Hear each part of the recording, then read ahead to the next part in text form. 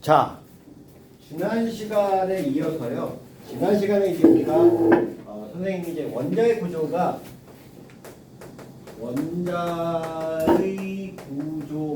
어떻게 됐다 해서 어떻게 변했다. 돌턴부터 시작해서 오비탈까지 대충 이렇게 변해 왔다라고 얘기했죠, 그죠? 그래서 제일 처음에 돌턴, 그 다음에 톰슨의 모양이 푸딩 속의 건포도 모양, 그 다음에 러더퍼드의 원자핵을 발견하면서 행성 모양, 그 다음에 행성 궤도 모양, 그 다음 오비탈 모양. 이렇게 된다고 얘기했어요, 그죠? 그래서 역사는 돌고 도는 거다 라는 얘기겠죠. 자, 오늘은 이제 여기서 이제 어떻게 이렇게 만들어졌는지에 대한 얘기를 좀 하도록 합시다. 자, 농도는 다음에 한다고 했고요. 농도는 넘어가고 다음에 한다고 했고요. 언제 가서 하냐면 4단원 할 때 할 거예요. 4단원. 4단원에서 산염기 하기 전에 할 거예요. 알겠죠? 산염기 하기 전에 할 겁니다. 자, 그래서 오늘 66페이지 원자의 구조.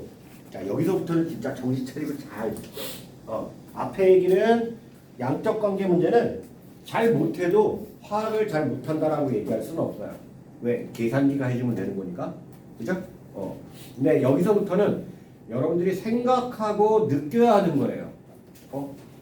생각하고 화학에서 원자가 이렇게 생겼기 때문에 이런 일이 벌어지는구나 라고 하는 걸 알아야 해요. 모르면 어떻게 돼요? 머리털 다 뽑혀요. 모가지 밑으로 뽑아버리고요. 잔인하다. 그치? 주연이, 너 왜 최경 선생님한테 화학 선생님의 비밀을 집에 황산통 있다는 얘기를 왜 해? 선생님, 최경 선생님 와서 선생님 집에 황산통 있어요? 라고 물어보잖아. 아니 없어요. 그랬지 내가. 자,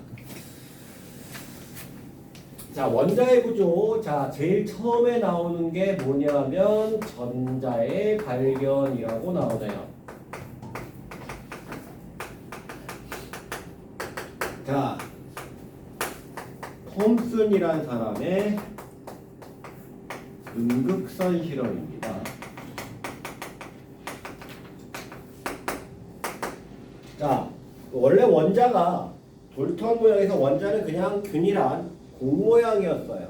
그러니까 그 안에 뭐 입자들이 없는 가장 간단한, 가장 작은, 더 이상 쪼개지지 않는 것이 원자다라고 했었는데,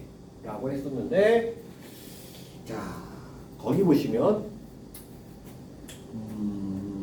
음극선이라는 게 원래 톰슨이 한 건 아니고요. 음극선이라는 게 밝혀졌어요. 음극선이라는 게 밝혀졌어요. 이게 뭐냐면 진공인 유리관에 양쪽에 금속판을 걸고요. 이쪽에 마이너스고 뒤쪽에 플러스를 걸어서 고압을 걸어줍니다. 대략 한 10만 볼트에서 15만 볼트의 고압을 걸어주게 되면, 자, 이 마이너스에서 플러스 쪽으로 뭔가 빛의 라인이 쫙 하고 가는 게 보이더라는 거예요. 빛의 라인이 쫙 하고 가는, 그거를 이제 마이너스에서 나왔다 해서 음극선이라고 불렀어요. 자, 그래서 이 음극선의 특징을 알아보기 위해서 여러 사람들이 실험을 했습니다. 자, 여기다가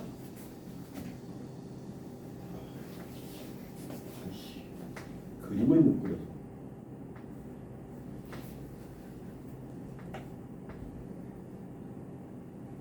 이게 뭐 같아요? 바람개비 같아 보이는? 자, 바람개비를 놨더니 이 음극선이 지나가면서 바람개비가 횡횡 돌아요. 자, 바람개비를 이렇게 들고 있는 상태에서 막 뛰어가면 바람개비가 돌죠. 왜 돌아요? 바람이 부니까 돌겠죠? 바람이라는 게 뭐예요? 공기 입자의 흐름이에요. 공기 입자는 아주 작지만 질량을 갖고 있습니다. 그래서 질량 아닌 입자가 쾅하고 부딪히니까 그 힘에 의해서 돌아가는 거예요. 알겠어요? 자, 그런데 이 음극선에 바람개비를 놨더니 얘가 횡횡횡 돌아가더라. 이 얘기는 이 음극선이 자, 바람개비를 놨더니 돌아가. 그랬더니 이게 뭐예요? 이게 무슨 뜻을 의미하냐? 음극선은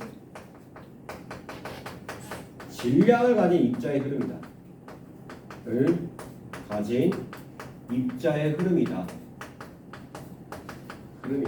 라고 하는 것을 알게 됐고요. 자, 그 다음에 자석이나 전극을 걸어뒀더니 어쨌든 자석에 의해서 음극선이 휘어가요. 자, 그리고 전극을 걸어줘도 휘어가요. 어느 극 쪽으로? 플러스 극 쪽으로 휘어갑니다. 그러면 플러스 극 쪽으로 휘어간다는 얘기는 무슨 뜻?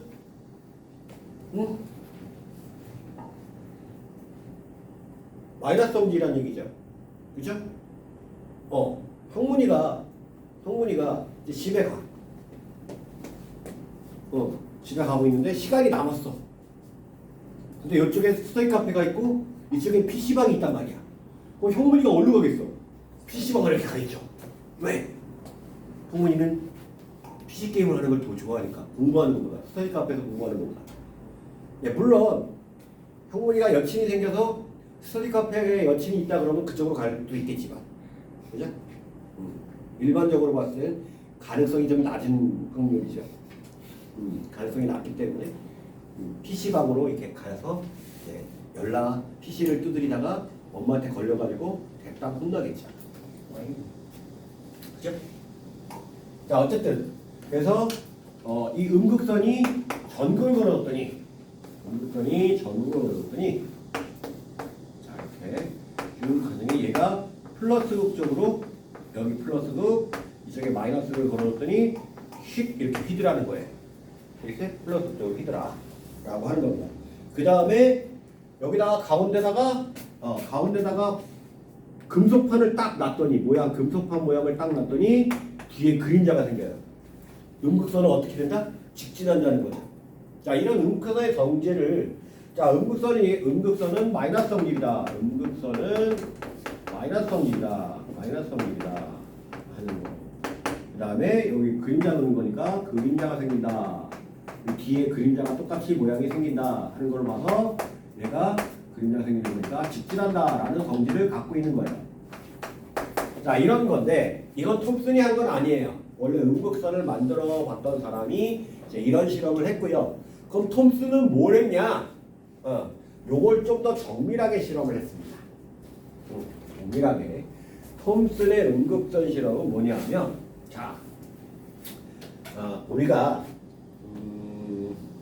매스 스펙트로스코피라고 하는 제일 분석기기 중에는 고가의 분석 장비 중에 하나가 있는데, 매스 스펙트로스코피, 매스 스펙트로스코피 이런 게 있는데요. 이게 뭐냐면 질량 분석기예요. 쉽죠? 질량 분석기. 자, 원리는 되게 간단합니다. 원리는 되게 간단한데, 자, 예를 들어 내가 이 책상을 던져요. 똑같은 세기로 분필을 던져요. 어떻게 멀리 가나요? 당연히 가벼운 게 멀리 가겠죠. 그죠? 가벼운 게 멀리 갈 거예요. 자, 힘에 의해서 갔다가 떨어지는 정도가 얼마인지를 계산하는 게 매스 스펙트로스코피예요. 그래서 예를 들어서 어떤 입자를 에너지를 가해서 전자를 딱 날려버리고 전하를 띄게 플러스 성질을 띄게 만들어요. 그 다음에 여기다가 마이너스 전극을 걸어주고 검출기를 걸어놔요. 자, 그런 상태에 얘를 휙 던집니다. 휙 던집니다. 그러면 질량이 큰 게 어떻게 될까요? 더 빨리 떨어지겠죠? 빨리 떨어지고 질량이 작은 건 더 멀리 날아가서 떨어지고 이럴 거예요. 그죠? 그럼 요 던진 힘과 요 거리를 비례해 가지고 얘 질량이 얼마야 라고 계산해 주는 게 매스 스펙트로스코피의 장치예요. 그런데 톰슨이 이런 원리를 가지고 전자의 질량, 전하대 질량비를 구하려고 노력을 했어요. 자, 그래서 어떻게 했냐면 얘를 음극선을 만드는 장치를 마련해 놓고 여기다가 플러스를 걸고 여기가 마이너스, 여기가 플러스 걸고 여기 마이너스를 걸은 다음에 일정한 전압을 걸고 자, 여기서 나온 전하가 얘가 쭉 해서 이렇게 흘러가서 자, 여기에 얼마만큼 얘에 비해서 얼마만큼 떨어지는지를 이 전하를 일정한 값을 줘서 계산을 했습니다. 아, 그러면 뭐가 나오냐면 n분의 2 값, 야, 이걸 비전하라고 해요. 비전하 값이 나오게 돼 있어요. 자, 그래서 이 실험을 자, 이 전극을 구리판으로 했다가 백금판으로 했다가 그 다음에 뭐 다른 거 철판으로 했다가 이런 식으로 여러 가지 전극을 이용을 해서 실험을 해봤어요. 자, 만약에 백금판에서 실험한 것과 구리판에서 실험한 게 다르다 그러면 백금에서 나가는 거와 구리에서 나가는 게 다른 입자라는 의미겠죠. 자, 그런데 나중에 해보니까 백금을 넣든 구리를 넣든 아니면 철을 넣든 어떤 금속을 넣든 간에 요게 휘어지는 정도가 똑같다라는 거예요. 휘어지는 정도가. 자, 그러니까 백금이나 구리나 철판이나 뭐 여러 가지 금속판에 똑같은 입자가 마이너스 성질을 가지는 똑같은 입자가 존재한다라고 하는 사실을 밝혀낸 거예요. 그래서 그 똑같은 전압비를 갖는 입자를 전자라고 하자라고 이 전자라는 명칭을 톰슨이 제일 먼저 사용을 했어요. 그래서 톰슨이 전자를 발견한 거죠. 자, 그러니까 모든 원자에 마이너스 성질을 가진 질량이 좀 작은 그런 입자들이 다 존재한다는 사실을 알게 된 거예요. 그래서 톰슨이 원자 안에는 뭐가 있다? 안에는 전자가 있어. 마이너스 성질을 가진 전자가 있어. 라고 처음에 원자를 구성하는 입자를 발견한 실험이 톰슨의 실험입니다. 음극선 실험. 오케이? 자, 그래서 톰슨이 전자를 발견했으니까 원래 원자가 이랬는데 이 안에 전자가 있어야 되는 거 아니야. 그러니까 전자 갖다 집어넣은 거야. 그게 뭐야? 푸딩 속의 건포도 모형인 거야. 플러스로 균일하게 돼 있는 부분에다가 전자를 핑핑핑 박혀있는 이런 구조다라고 생각하는 새로운 원자 모형을 제시했어요. 자, 획기적이었죠. 왜? 원자는 입자가 나눠지는 게 아니었는지 나눠질 수 있다는 의미를 갖는 거니까 전자와 플러스 성질로 나눠진다고 한 거니까, 그죠? 전자가 튀어나올 수 있다는 얘기 아니야. 음극선이 나온다는 얘기는, 그지? 그러니까 원자도 쪼갤 수 있구나라는 걸 알게 된 거죠. 자, 그 다음에 두 번째가 러더퍼드예요. 알파 입자 산란 실험입니다.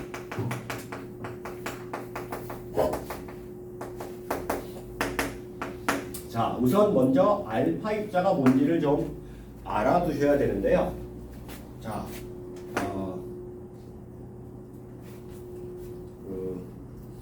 우리가 원자핵의 질량이 굉장히 큰 것들은요, 안정하지 못하기 때문에 얘가 쪼개지면서 안정한 원자핵으로 가게 돼 있어요. 그걸 우리는 핵분열이라고 합니다. 그죠?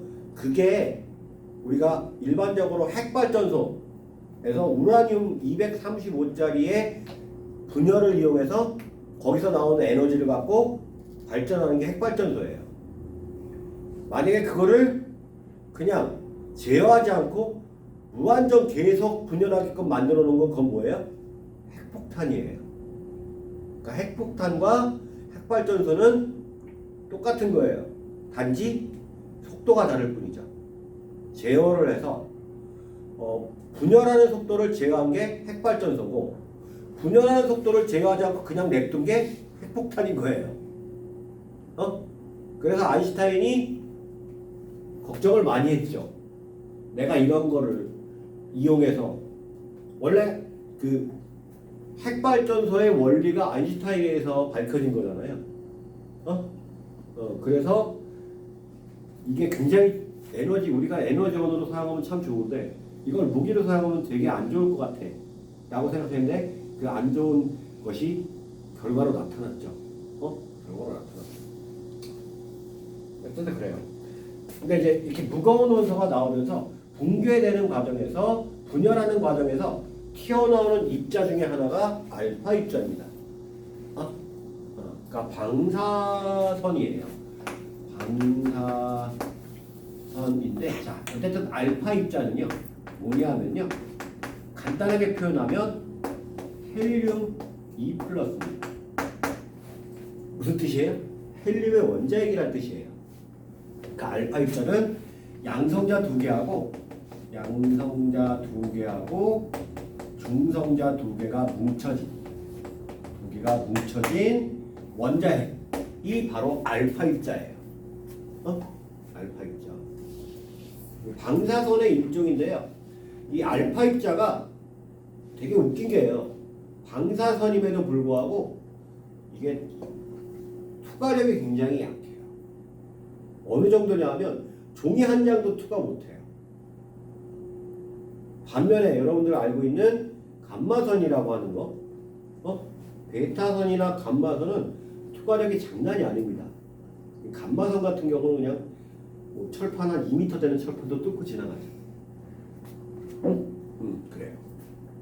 그런 방사선 입자는 지나가는데 얘는 종이 한 장도 투과를 못해요. 알파 입자가 헬륨의 원자핵이 날아가는 거다. 입자가 날아가는 거예요. 자, 그래서 러더퍼드가 뭐 하는 사람이냐면 원래 이제 금속에다가 자, 금속이 이렇게 배열이 돼 있잖아요. 금속 입자에 이렇게 배열이 돼 있으면 여기다가 방사선을 또 쓰면 뭐 X선이나 이런 거 같은 거를 쬐어주면요. 다 하셨어요? 수상한데? 진짜 만약에 이거 진짜 야, 봐봐요. 앞에 거는 쉬운데 뒤에가 개어려워. 그걸 알았어? 제 뒤에가 말이 안 돼요. 이거 뭔 말인지 모르겠어요. 뭐 그냥 찍었네. 아니에요. 여기 다 풀고 여기 다 틀린 거 보이세요? 왜 다 틀려? 아니 개어려워요 진짜. 알았어, 수고했어. 잘했어. 예스. 내일 너만 칭찬받고 나머지를 다 때려 죽일 거야. 구라. 진짜로. 저도 욕할 거예요. 혼자만 왔어요. 나머지 3마리가 안 왔어요. 도망갔어요. 내일 죽여버릴 거예요. 자, 액선 같은 걸 집어넣으면요. 파동의 특징 중에 하나가 회절 현상이라는 게 있어요. 회절 현상. 그러니까 파동이 어떤 틈 사이를 지나가게 되면 이렇게 생각하면 되네요. 여러분들이 이제 벽 뒤에서 누군가 얘기하고 있으면 그 소리가 들리죠. 벽을 통과해서 들리나요? 벽을 통과해서 들릴 수도 있겠지만 벽이 두껍다면 벽을 통과할 수가 힘들 겁니다. 그런데 얘기하는 소리가 이렇게 파장이 퍼져가다가 벽 뒤로 이렇게 넘어와요. 이 현상, 이렇게 넘어오는 현상을 회절현상이라고 얘기해요. 회절현상은 파장이 길수록 잘 일어나고요. 파장이 길수록 잘 일어나고 그래서 대표적인 게 뭐냐면 여러분들 그 월식이 일어나면요. 개기월식이 일어나면 어떻게 돼요? 달이 안 보여야 되는 게 정상이잖아요. 지구 그림자에 다 가려서. 근데 개기월식이 일어나면 달이 어떻게 됩니까? 빨갛게 됩니다. 한 번도 안 봤어요. 월식은 자주 일어나서 보기 쉬운데 개기월식이 일어나면 부분월식이 일어나면 달이 이렇게 가려져서 달이 안 보여요. 일부가 안 보이는데 개기월식이 일어나면 달이 빨개져요. 자, 왜 그러냐면 자, 태양, 지구, 달 이렇게 있는 거잖아요. 지구 그림자에 이렇게 달이 가린 게 개기월식이거든요. 근데 태양빛의 중에서 빨간색 빛이 파장이 길어요. 그래서 이 지구의 옆에 회절 현상이 돼서 빨간색만 여기에 도달합니다. 그래서 빨간색만 반사가 돼서 달이 빨간색으로 보이게 돼요. 레드문이라고 하죠. 왜 빨개지냐? 뭐 피가 물들어서 그런 게 아니고요. 회절 현상 때문에 나타나는 현상입니다. 이 개기월식이 일어나면 달이 빨개진다. 회절 현상 때문에 그런데 자 어쨌든 그래서 여러분들이 문을 활짝 열어놓으면 바람이 별로 안 들어오는 것 같은데 조금 틈으로 열어놓으면 엄청나게 들어오는 것 같죠. 회절 현상 때문에 그래요. 그런 것들이 있고요. 자, 근데 이렇게 어떤 금속 판에다가 액선 같은 걸 집어넣으면 회절 현상 때문에 그 반대편에 여기에 무늬가 생겨요. 이상한 예쁜 무늬가 생기는 이걸 무레아 무늬라고 그래요. 무레아 무늬라고 하는데 이 무레아 무늬의 그 간격이나 이런 것들을 계산을 하면 얘네들이 배열이 어떻게 되어 있는가를 알아낼 수 있어요. 이걸 엑스설비전법이라고 합니다. 실제로 아직까지도 쓰고 있고요. 어떤 물질의 그 입자 구조가 어떻게 되는지 쓸 때 많이 쓰는 방법이에요. 이런 게 있다. 상식이, 그러니까 이게 상식이라기보다는 흥미죠, 흥미. 과학적으로 이런 게 있을 수 있다. 라는 거죠. 그래서 근데 러더포드가 이거 한 사람이에요. 러더포드가 이런 거 해서 입자 구조를 알아내려고 노력했던 사람인데, 자, 러더포드가 이제 여러 가지 거 하다가 자, 알파 입자를 한번 해볼까? 근데 이게 투과력이 약하다 그랬잖아. 그러면 얘는 투과력이 약하니까 금으로 해야 되겠다. 왜? 금은 되게 얇게 펼 수 있죠. 엄청 얇게 펼 수 있잖아. 그치? 네, 그래서 금박에다가 이 알파 입자를 뿅 쐈어요. 자, 무늬가 나타나기도 하겠지만 자, 러더퍼드가 생각할 때 이 알파 입자가 대부분 자, 이 모양이라면 알파 입자가 여기를 지나가잖아. 그러면 얘가 마이너스니까 마이너스 근처에 알파 입자가 플러스잖아. 그러니까 마이너스에 가까이 지나가면 여기 약간 요것 때문에 약간 이렇게 휘었다. 자, 그래서 얘가 만약에 나오면 자, 얘가 대부분은 이렇게 지나가고 일부만 이렇게 휘어지는 현상이 생길 거야. 이렇게 해서 검출이 돼 보면 거의 대부분 균일하게 나올 거야라고 생각을 했단 말이야.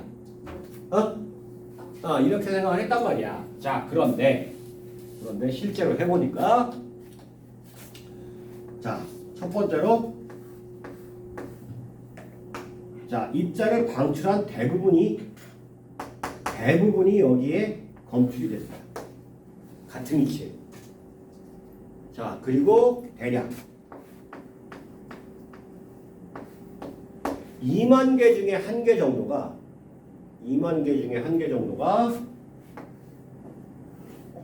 자, 이렇게 튀어나왔습니다. 아주 큰 각도로 휘거나 오히려 거꾸로 튀어나온 정도까지 나타났어요. 자, 이 두 가지 사실, 자, 대부분 그냥 통과한다 라는 사실을 뭘로 할 수 있어요? 원자의 대부분은 빈 공간이라는 거예요. 대부분은 빈 공간이다. 자, 그 다음 두 번째, 일부가 큰 각도로 휘어지는 건요. 얘는요, 플러스 성질에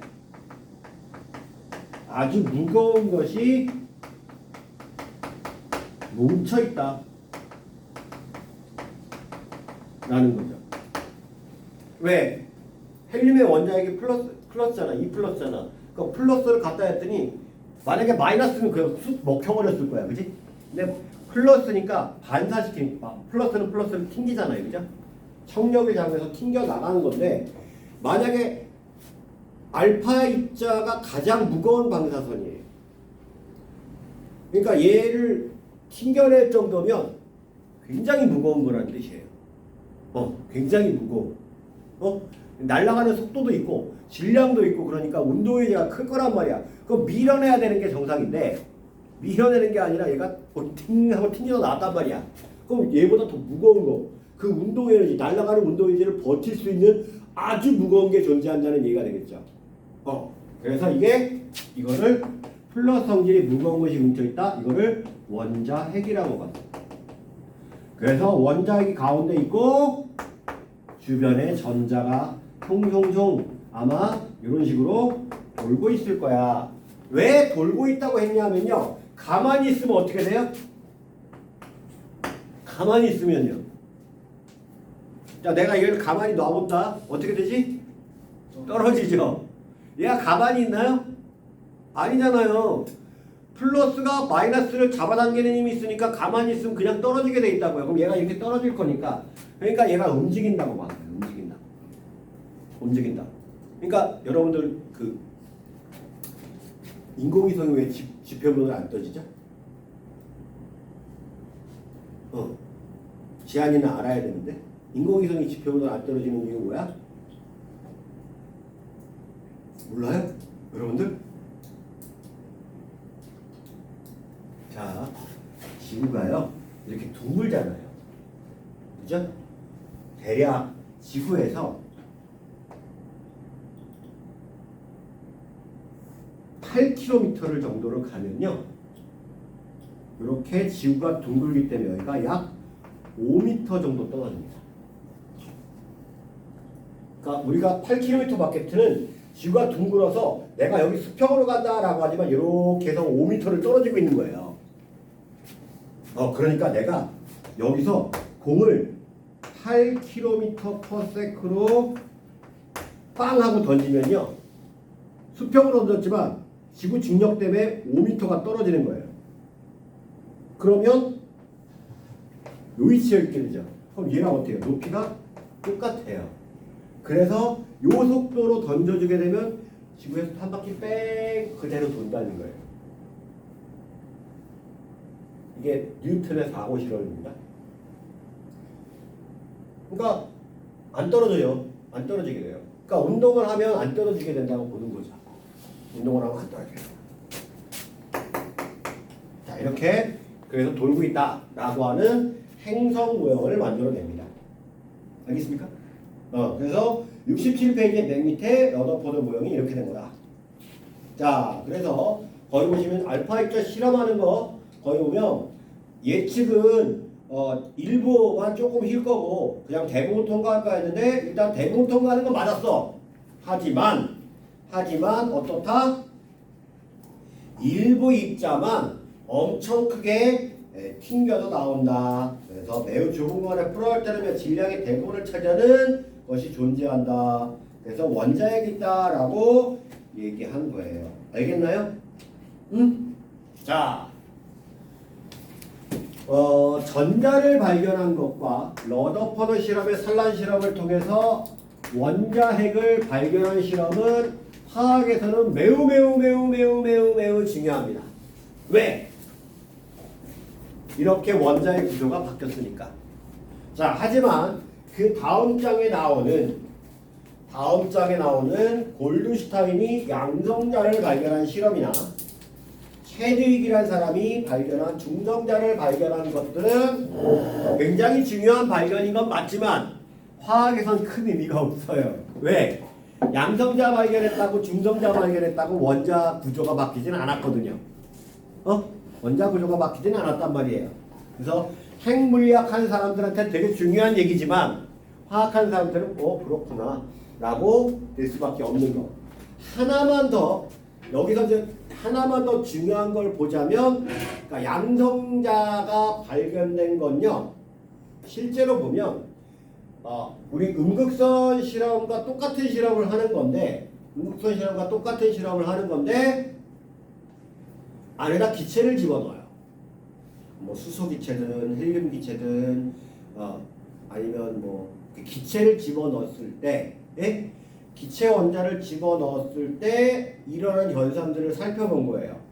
그랬더니 자, 마이너스 극쪽에서 플러스 극쪽으로 가는 음극선이 존재하는데 반대로 플러스에서 마이너스로 뭔가 흘러가는 입자가 보이더라는 거예요.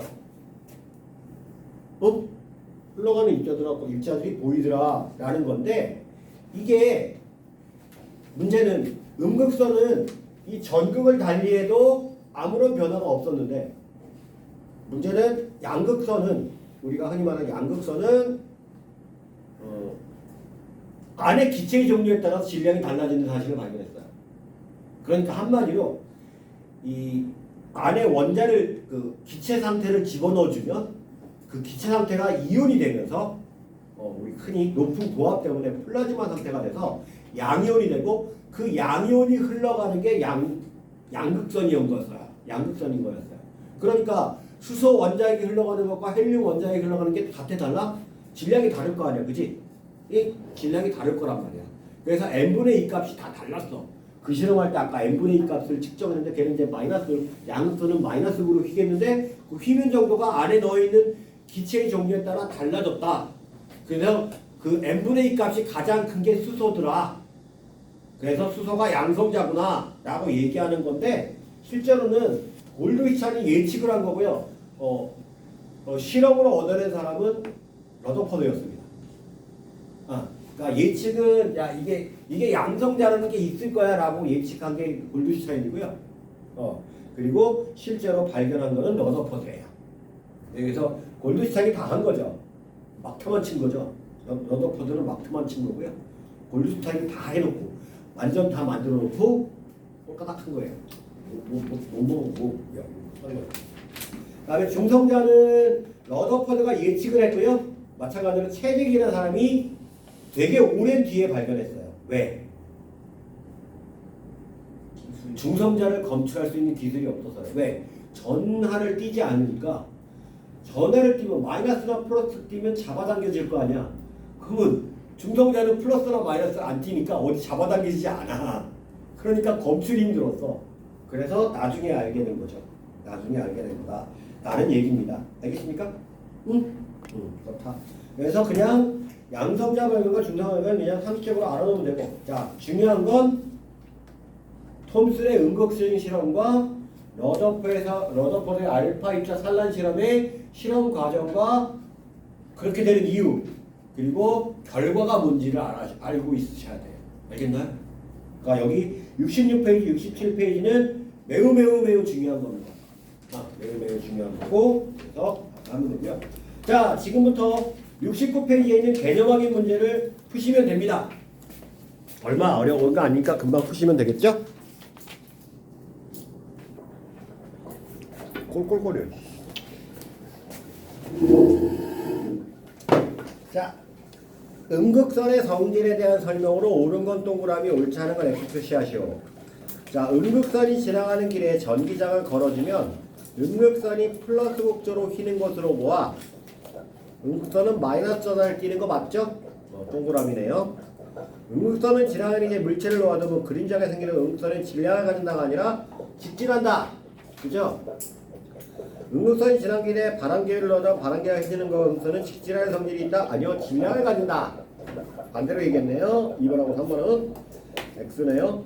음극선이 지나가는 길에 자선을 가까이 가져가면 음극선이 휘어지는 거와 음극선은 전하를 띈다. 그쵸? 동그라미. 자, 그 다음 AC 중 알파 입자가 가장 많이 도달하는 건 A겠죠? 거의 대부분 그냥 통과한다고 그랬어요. 거의 대부분 그냥 통과해서 A가 되겠고요. 알파 입자가 C 위치에서 발견되는 원인은 원자핵 때문이겠죠? 원자핵 때문이고요. 자, 가 모형은 톰슨이 제시했고요. 나 모형은 러더퍼드가 됐습니다. 자, 그렇게 되는 근거가 되는 건 가에서 전자를 발견했기 때문이고요. 나에서는 원자핵이 발견됐기 때문이죠. 자, 그 다음 수소 원자가 전달되어 형성되는 입자로 양극선을 이루는 게 양성자고요. 음극선을 이루며 마이너스 전을 드는 건 전자고요. 전기적으로 중성이며 가장 늦게 발견된 건 중성자겠죠. 자, 러더퍼드는 금박의 알파 입자를 쪼여 알파 입자의 진로를 관찰하여 원자핵을 발견한 거고요. 홈스는 음극선의 성질을 관찰하여 전자를 발견한 거고요. 체드윅이란 사람이 중성자를 발견한 거죠. 그죠? 중성자를 발견한 겁니다. 오케이. 자, 이렇게 해서 그 다음 페이지로 넘어가 보면 자, 원자를 구성하는 입자. 원자를 구성하는 입자가 나옵니다.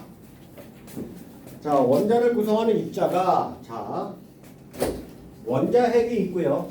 거기 원자핵이 여기 보면 원자핵이 이렇게 있고요. 뭐 빨간색, 하얀색 이렇게 원자핵이 놓여 있고요. 자, 그 주변에 전자가 돌고 있는 러더포드 모형을 기원을 했네요. 이렇게 전자가 돌고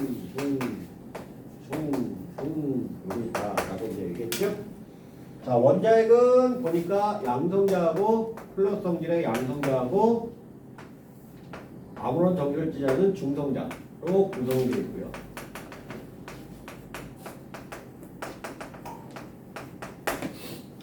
얘들아, 양성자가 저렇게 뭉쳐 있을 수 있니?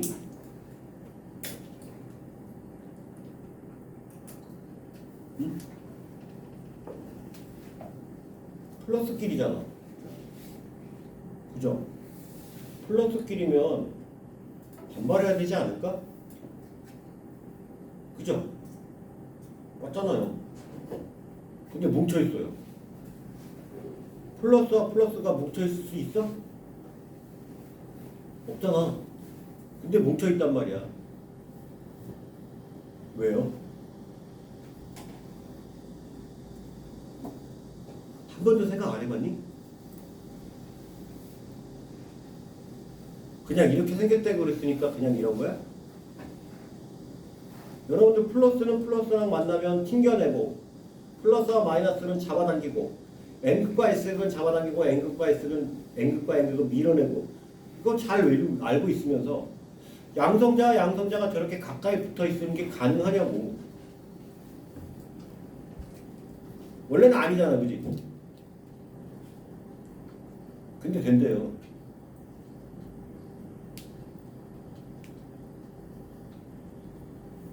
그래서 양성자가 이렇게 붙어 있을 수 있게 만드는 걸 우리는 뭐라고 하냐면 강한 힘력이라고 부릅니다. 또는 강한 상호작용이라고 불러요. 자연계에 존재하는 네 가지 힘 중에서 가장 강한 힘을 갖고 있는 게 저 강한 상호작용입니다. 자연계에 존재하는 네 가지 힘이 뭐예요? 강한 상호작용, 약한 상호작용, 전자기력, 중력. 이 네 가지 힘이 자연계에 존재하는 힘이래요. 그래서 이 네 가지 힘을 하나의 수식으로 표현하려고 노력하는 게 뭐예요? 통일장 이론이라고 해요. 그거를 하나의 수식으로 표현하려고 하는 과정을 통일장 이론이라고 하는데 아인슈타인도 그 수식을 만들려고 했지만 성공을 못했어요. 왜냐하면 중력이 좀 다른 성질을 갖고 있었거든요. 너무 약하기도 하고. 그래서 이 강한 상호작용과 약한 상호작용, 전자기력은 서로 수식이 하나로 통일이 됐어요. 근데 중력은 하나로 통일이 못 됐다가 2022년인가 22년에 스웨덴의 과학자들이 천문현상을 관측하면서 중력파라는 것을 발견하게 됩니다.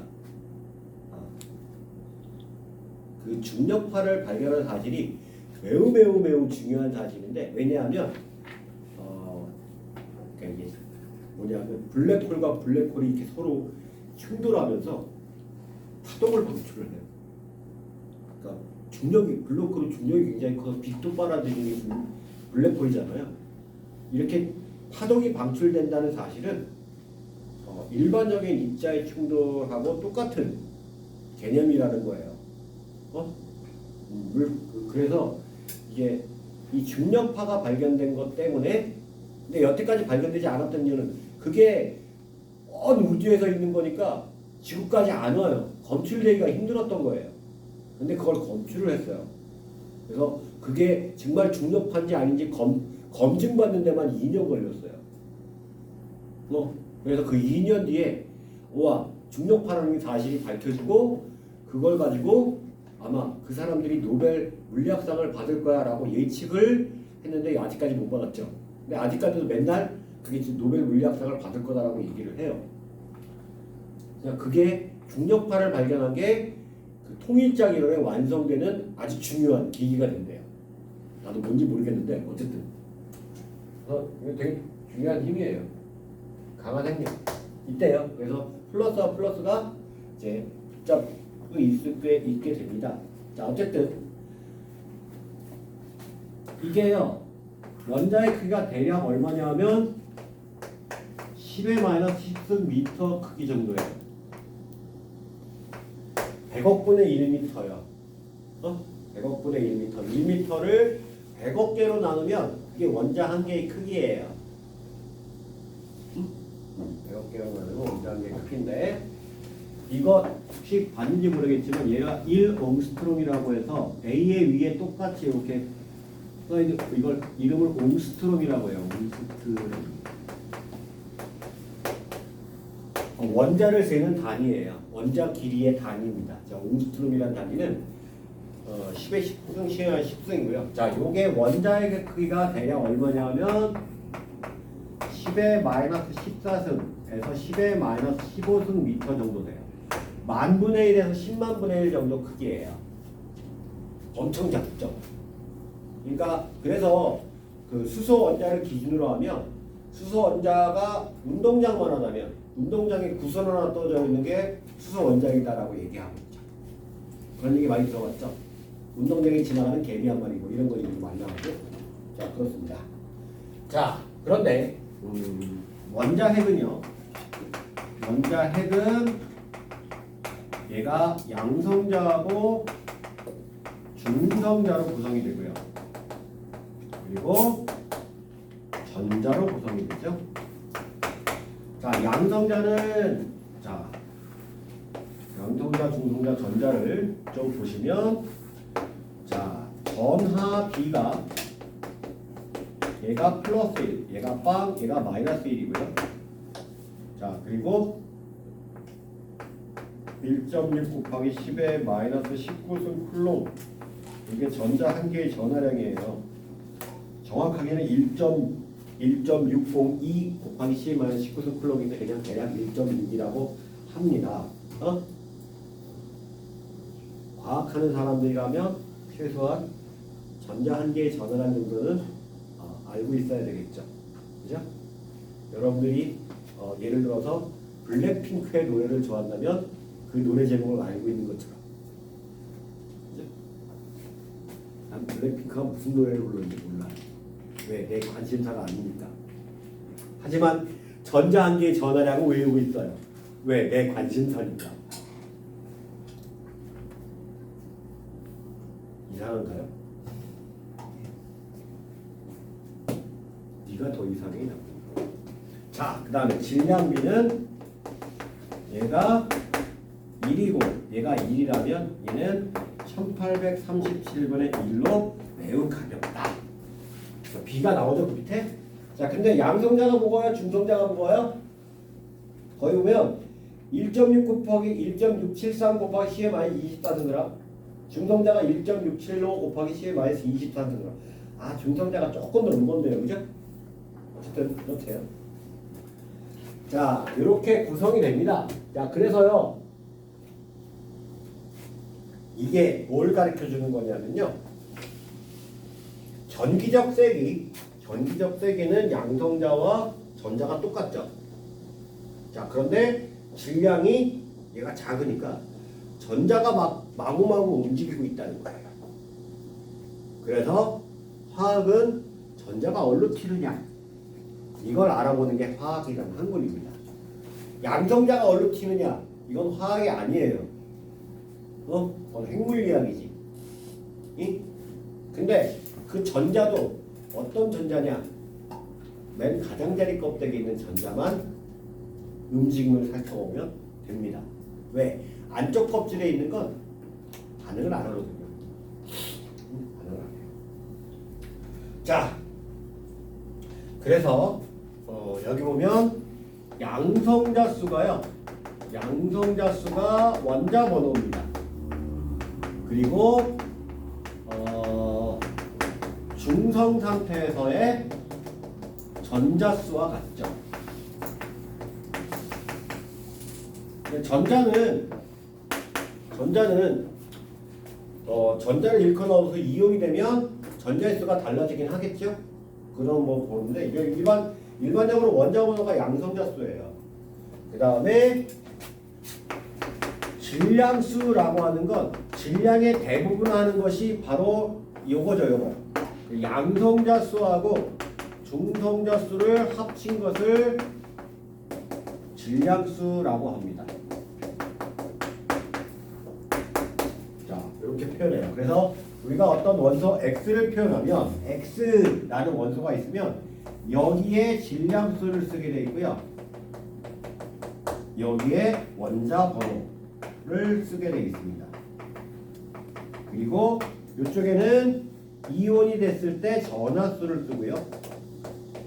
여기는 개수를 쓰게 되어 있죠.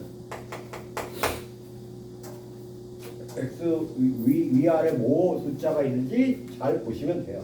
그러니까 여러분들 이게 O2 그러면 이게 뭐예요? 탄소가 2개 있다는 뜻이죠.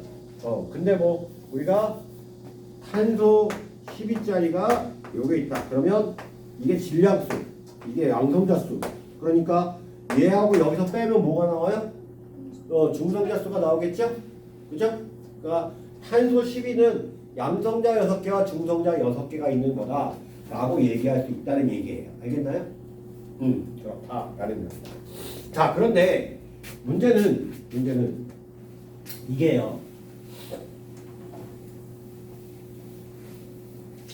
자, 몇 개 원소들이요. 원소들이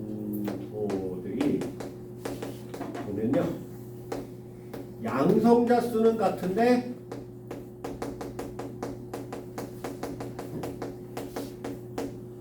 중성자 수가 다른 원소가 존재해요. 이런 걸 뭐라고 하냐면 동위원소라고 얘기합니다. 동위원소. 자, 양성자수가 같으면 전자수가 같죠.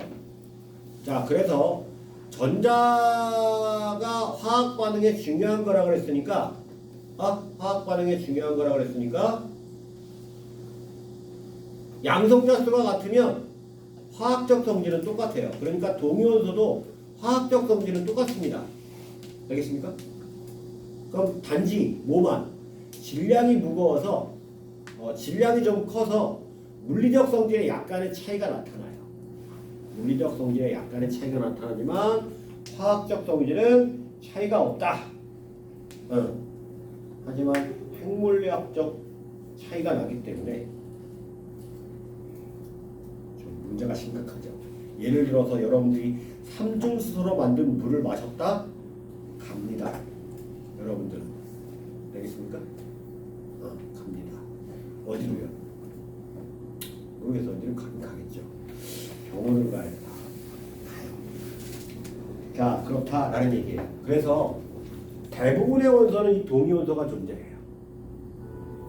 그러니까 자연 상태에서 동위원소가 없는 원소들이 있기는 합니다.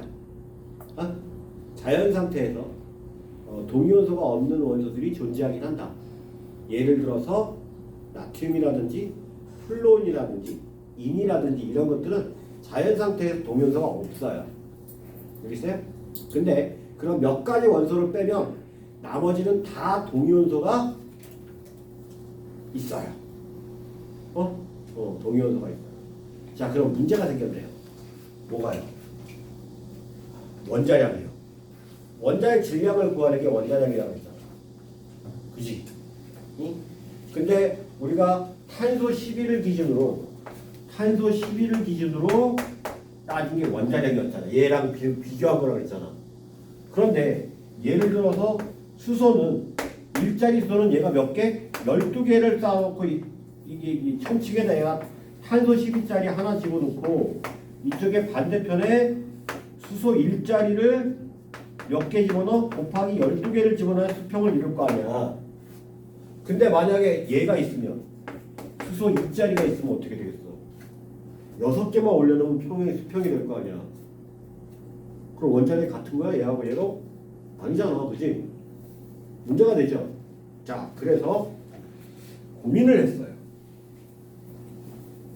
그래서 우리가 결론은 동위원소의 비율을 원소의 비율을 고려해서 평균 원자량이라는 것을 만들었습니다.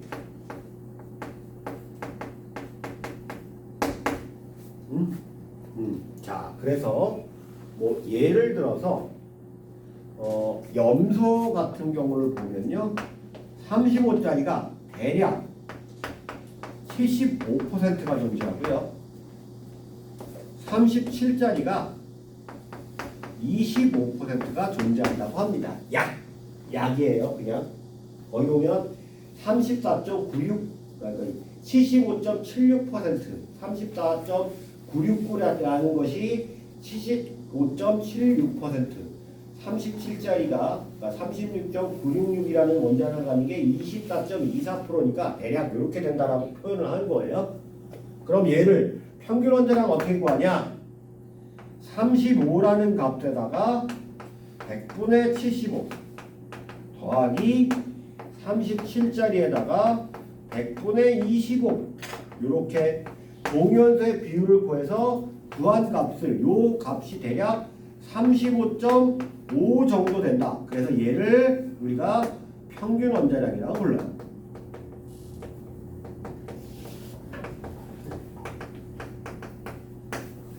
자, 그러면 내가 이 상자 안에 염소가 들어있어요. 이 상자 안에 염소 원자가 들어있어요. 염소 원자 알갱이가 이렇게 들어있다고 합시다. 들어있는데 내가 여기다가 구멍을 빵 뚫고 손을 딱 넣어서 염소 원자 하나를 딱 꺼내요. 꺼내요. 자, 그럼 35.5짜리 염소가 나오겠죠? 평균 원자량이 35.5니까. 그런가요? 이 안에는 35.5짜리는 없습니다. 그러니까 평균 원자를 가진 원자는 존재하지 않는 거예요. 왜? 얘잖아. 그러니까 내가 꺼냈을 때 얘가 35짜리일 확률이 얼마예요? 75%. 그러니까 4분의 3인 거예요. 그리고 37짜리를 꺼낼 확률이 얼마요? 4분의 1인 거예요. 그러니까 35.5라는 것은 내가 염소 원자를 여러 번 꺼냈을 때 그 염소 원자의 질량의 평균값, 기대값이에요. 무슨 말인지 알겠나요? 기대값이에요. 기대값. 알겠죠? 염소 원자의 평균량, 그러니까 한마디로 평균 원자량, 동위원소가 존재하는데 동위원소의 비율을 고려해서 평균 원자량을 만들었어. 그래서 우리는 평균 원자량을 쓴단 말이야. 자, 하지만 실제로 원자 하나를 딱 잡았을 때 평균 원자량을 갖는 건 있다 없다? 없단 말이에요. 왜? 얘네들의 값을 어떤 게 얼만큼 나올 수 있는 확률적인 기대값을 구한 거예요. 기대값을. 알겠습니까? 그럼 이 평균 원자량은 왜 써요? 우리가 이렇게 원자 한 개를 집으면 그 원자 한 개가 평균 원자량의 값을 가질 수는 없지만 내가 숟가락으로 원자를 딱 떠요. 염소 원자를 딱 떠요. 그럼 숟가락에 염소 원자가 가득 쌓여있다고 가정을 해봅시다. 그러면 그 안에 있는 염소 원자의 원자량을 합해서 원자의 질량을 합해서 원자 개수로 나눠주면 이 값이 나와요. 왜? 동위원소의 비율은 항상 일정하기 때문에. 내가 양을 이만큼 하든 양을 요만큼 하든 내가 눈으로 볼 수 있는 양만큼의 원자가 있으면요, 그 안에 들어있는 동위원소의 비율은 항상 일정합니다. 자연 상태에서는. 우리가 동위원소의 비율을 강제로 골라내지 않는 한, 골라내지 않는 한 자연 상태에서 동위원소의 비율은 항상 똑같다라고 봅니다. 동위원소의 비율은 항상 똑같다. 그러니까 평균한 원자량 값을 써도 무방한 거예요. 양이 많을 때는 그렇다는 얘기예요. 근데 하나하나 따질 때는요. 그 동위원소가 평균 원자량을 가진 원소는 존재한다, 안 존재한다? 없다라는 얘기예요. 한 개 한 개로 보면. 알겠습니까? 되게 웃긴 거죠. 그래서요. 요거를 하나 확대해보면 자, 원자들이 모여서 분자가 되잖아요. 그죠? 자, Cl2가 만들어진다고 합시다. Cl2 분자가 만들어지는 건요. 자, 여기 이 상자에서 내가 Cl 두 개를 골라서 Cl 분자를 만드는 거예요. 그죠? 자, 그럼 내가 Cl 35짜리를 고른 확률이 얼마요? 4분의 3이죠. 근데 또 한 번 골랐더니 Cl 35짜리 확률도 4분의 3이죠. 그죠? 그래서 분자량이 70인 분자를 만들면 4분의 3과 4분의 3을 곱하는 16분의 9라는 확률로 나타납니다. 자, 그 다음에 Cl 35짜리와 Cl 37짜리를 구하는 거, 그럼 72짜리죠? 그죠? 분자량이 72짜리예요. 그럼 얘는 4분의 3과 4분의 1인데 얘는 16분의 3이죠. 첫 번째 Cl 37을 고르고 두 번째 Cl 35짜리를 고른 것도 72짜리죠. 4분의 1과 4분의 3이니까 얘가 똑같이 16분의 3이에요. 근데 얘는 이 경우랑 이 경우랑 서로 다른 경우죠. 그죠? 다른 경우죠. 그래서 이 두 개를 합해서 72짜리가 나올 확률은 16분의 6입니다. 마지막으로 Cl 37짜리와 Cl 37짜리를 골라서 만들 거 74짜리 분자가 만들어질 거는 4분의 1 곱하기 4분의 1에서 얼마요? 16분의 1이요. 자, 그러니까 70짜리와 72짜리와 74짜리가 나올 확률은 9대 6대 1의 비율로 나옵니다. 무슨 말인지 알겠죠? 갑자기 무슨 확률 조합 얘기를 수학 시간에 확률 조합 얘기를 하고 있는 거죠? 그렇단 얘기예요. 그냥 이렇게 만들어진다. 이 정도만 알고 있으면 됩니다. 자, 어쨌든 자, 우리가 중요한 거는 양성자 수가 몇 개냐, 중성자 수가 몇 개냐, 전자 개수가 몇 개냐, 이 정도는 원자 번호를 갖고 또는 질량수 갖고 있으면 알 수 있어야 된다. 알겠습니까? 그래서 예를 들어서 나트륨이 질량수가 23이에요. 11이죠. 자, 중성자 개수 몇 개요? 몇 개라고요? 11이에요, 11. 나트륨의 중성자 개수 몇 개? 12개. 나트륨의 전자 개수 몇 개? 11개.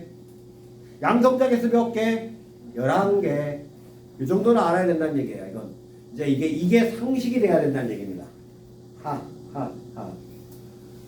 아까까지는 몰랐던 건데 이 수업 시작하기 전까지는 몰랐는 건데 요게 요런 모양에 해당하는 거 보고 얘에서 얘 빼면 중성자수구나.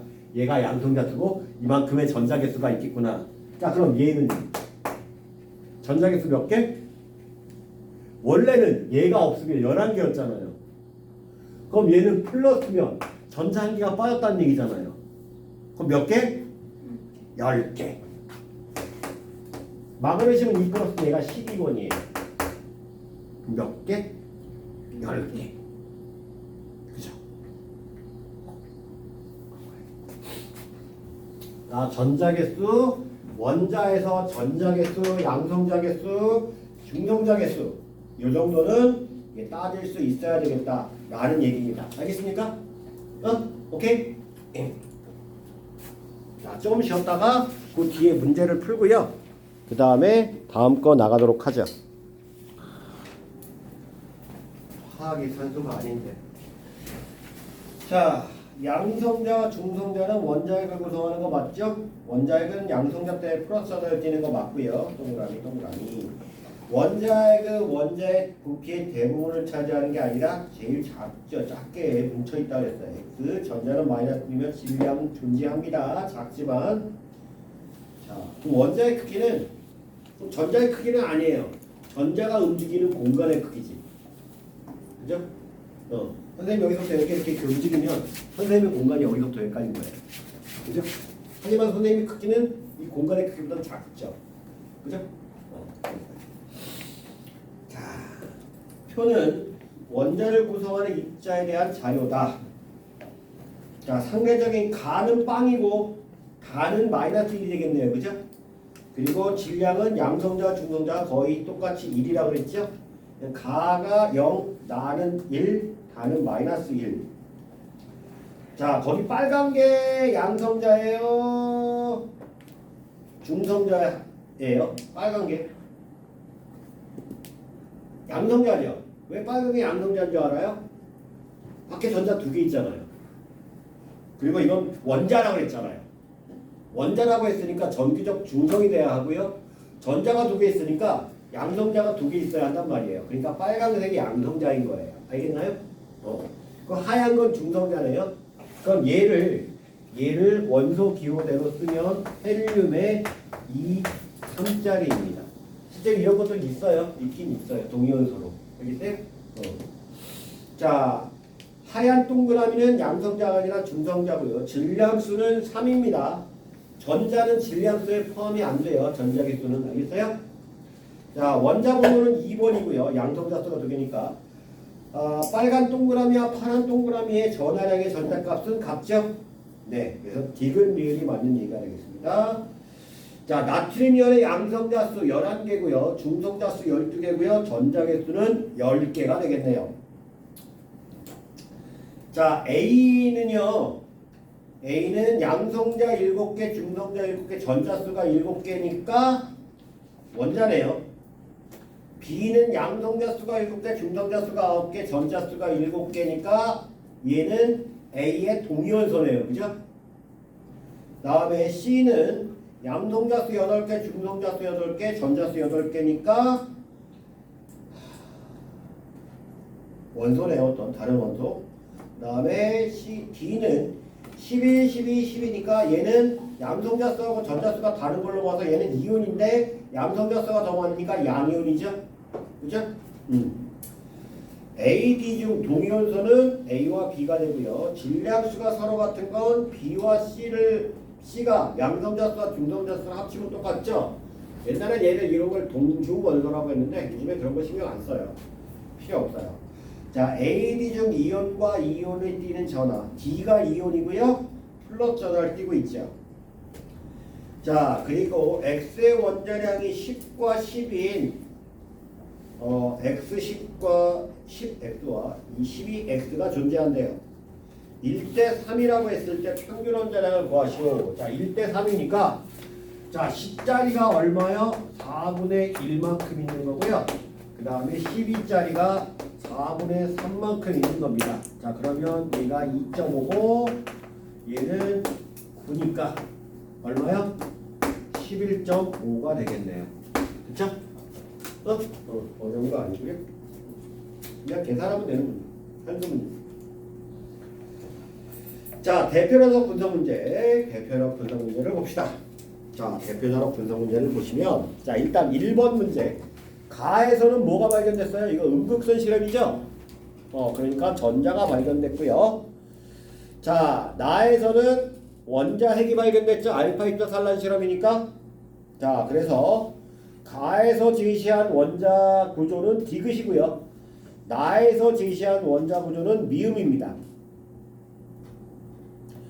자, 가의 첫 번째 실험은 음극선이 마이너스 전하를 띈다는 것을 알 수 있다. 그죠? 네, 마이너스 전하, 플러스 쪽으로 휘어지는 걸 볼 수 있으니까 알 수 있고요. 가의 두 번째 실험에서 음극선은 질량간의 입자의 흐름이라는 것을 알 수 있죠? 바람개비가 돌아가니까. 가에서 발견된 입자의 원자량은 원자의 질량의 대부분을 차지하진 않아요. 원자의 질량의 대부분은 원자핵이 차지하는 거지. 그 나에서 발견한 입자겠죠. 나에서 발견한 입자는 마이너스를 띄는 게 아니라 플러스를 띄겠죠. 자, 나에서 원자의 대부분은 빈 공간이라는 걸 알 수 있다. 그쵸? 자, 그 다음 자료 2번 표는 원자 또는 이온 WX, Y 플러스 Z2 마이너스를 구성하는 입자에 대한 자료이다. 임의의 원소라고 되어 있고요. 자, W와 X는 원자라고 했으니까 자, A가 얼마예요? A가 7이죠. 왜냐하면 양성자 수하고 전자 수하고 같아야 되니까. 자, 반면에 B는 전자 개수가 10개인데 2-니까 전자 2개가 더 많다는 얘기니까 B는 8이 될 거예요. 그쵸? 그쵸? 그래서 A 더하기 B의 값은 7 더하기 8, 15가 되겠고요. 자, 동위원소를 고르래요. 동위원소 뭐하고 뭐요? W하고 X요. 그죠? 양성자가 같은데 질량수가 다르니까 중성자 수가 다르겠죠? 원자번호가 가장 큰 건 Y다. 그쵸? 양성자 수가 11개니까 제일 많고요. X와 Z의 양성자 수, 중성자 수는 같다. 자, X가 지금 중성자 수가 8개고요. Z도 중성자 수가 8개 맞네요. 그죠? 같아요. WX는 원자 번호가 같죠. 양성자 수가 같으니까 WX는 화학적 성질 같고요. 전자 개수가 같으니까 원자량이 가장 큰 것은 Y다. 질량수가 제일 큰 게 원자량이 제일 커요. 중성자 수가 제일 큰 거는 Y다. 아니죠? Z다. Y죠. Y. Z가 아니라 Y예요. Y. 12개 있고 8개 있으니까 Y가 더 큽니다. W 원자를 표시하는 방법으로 나타내면 7, 14죠. 21이 아니고요. 그죠? 14예요. 14. 틀렸고요. 위에가 14로 써야 되고. 화합물 WZ와 XZ의 화학적 성질은 같습니다. 네. 동위원소가 화합물을 형성하더라도 화합물의 성질은 같아요. 알겠나요? 자, 그 다음에 평균 원자량. 자, 염소에 대한 거 아까 얘기했던 거고요. 자연계 염소의 동위원소는 35짜리와 37짜리 두 개 존재하고 35짜리와 37짜리의 비율이 3대1이고요. 원자량은 35와 37이라고 하면 평균 원자량을 구하면 아까 계산했죠? 35 곱하기 4분의 3 더하기 37 곱하기 4분의 1 해서 35.5가 나옵니다. 자, 그리고 2번에 35짜리가 두 개인 분자량이 70이고요. 기역은 70이고 니은은 72. 디귿은 74죠. 그죠? 그리고 존재 비율은 4분의 3 곱하기 4분의 3 해서 16분의 9가 되겠고요.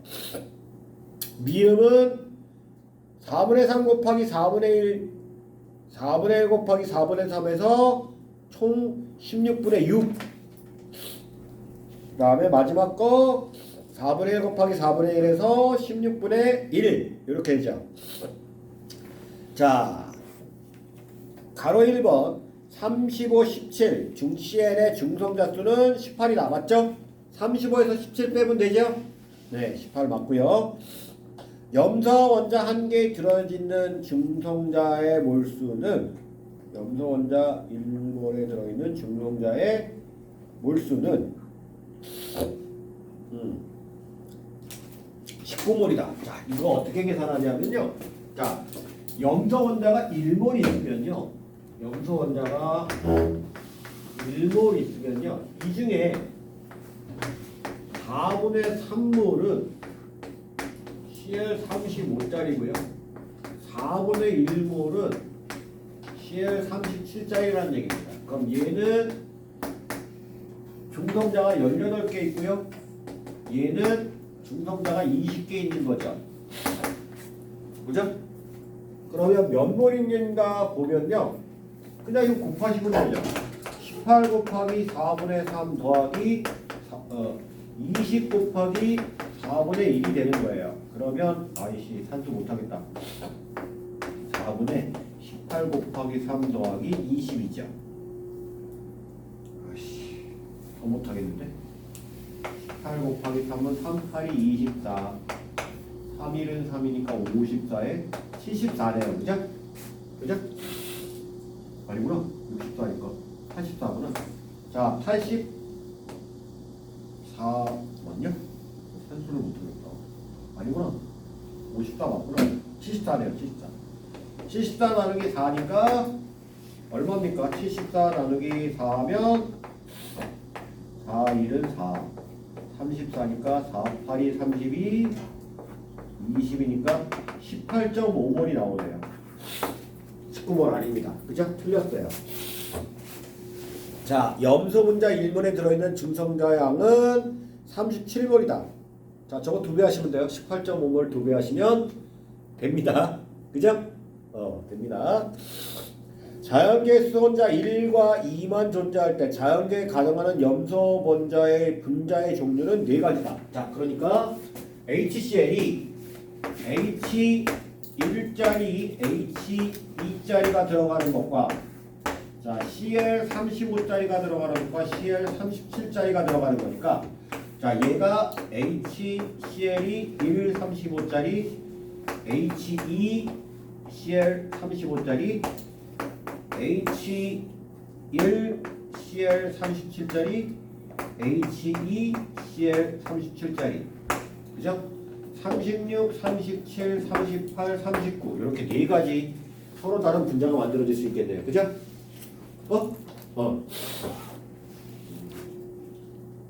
그러면 H3짜리가 있다 해봐요. H3짜리가 있다. 실제로 있어요. 3중수가 있으니까.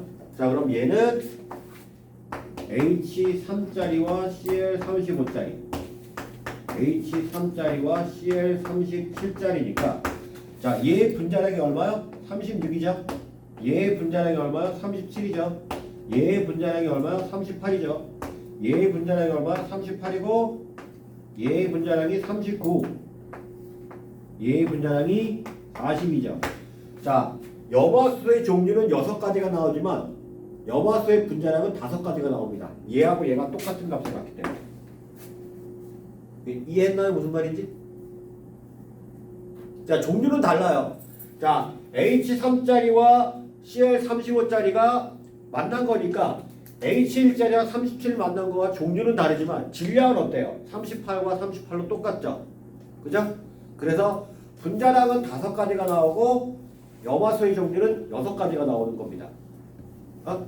옛날에 수능 문제로 이게 물이 나왔었어요. 물이.